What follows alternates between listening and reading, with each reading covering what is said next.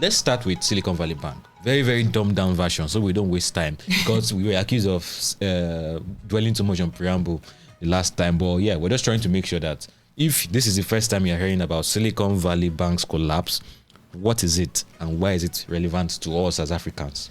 Silicon Valley Bank is a bank for startups. Okay. In the US, in California. You know, Silicon Valley is in California. Yeah. Right. And it failed. That's the word I would say. It failed. How?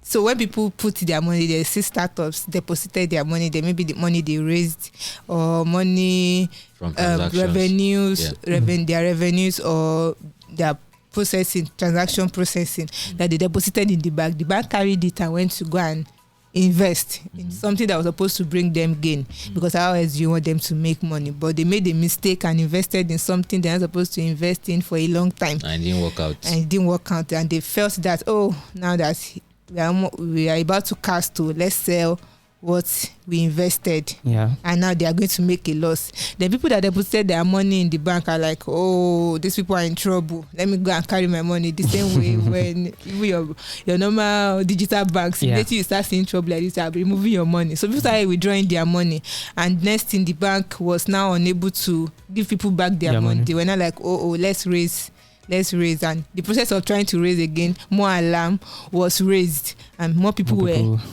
trying to withdraw their money. Okay. And this was going to run the bank down. So how did it affect African startups? So African startups that got invested in by foreign investors, like US investors, who told them to either incorporate in the US, they have to use that bank, because I saw somewhere that more than half of VC-backed startups actually use SVB.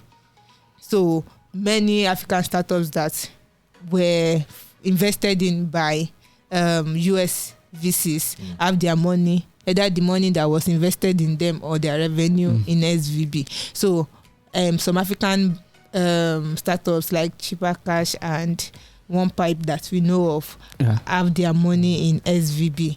But one said, Cheaper Cash CEO said at the beginning of everything that happened, that the money that they have in SVB is not enough to have like a significant effect on the bank, on the startup, and they have different places that they have their money, so this is not enough. Although claims came out later that they had more than that in the bank. Then One Pipe CEO told Tech Point that they've been able to access their money.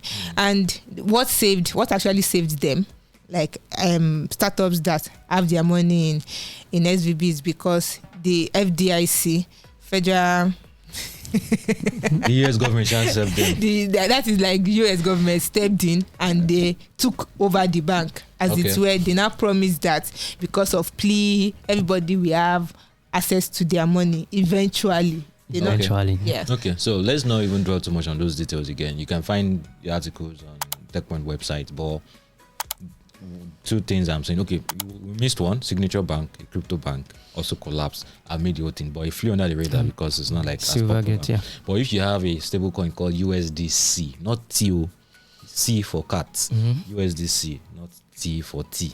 So the company that issues USDC, Circle, had the money that the US dollar equivalent of that stable coin in Signature Bank. So Signature Bank also. So nobody saved them. We're yet to see if they're going to be saved. It's possible that I think they were saved. They were also in that circular. They were.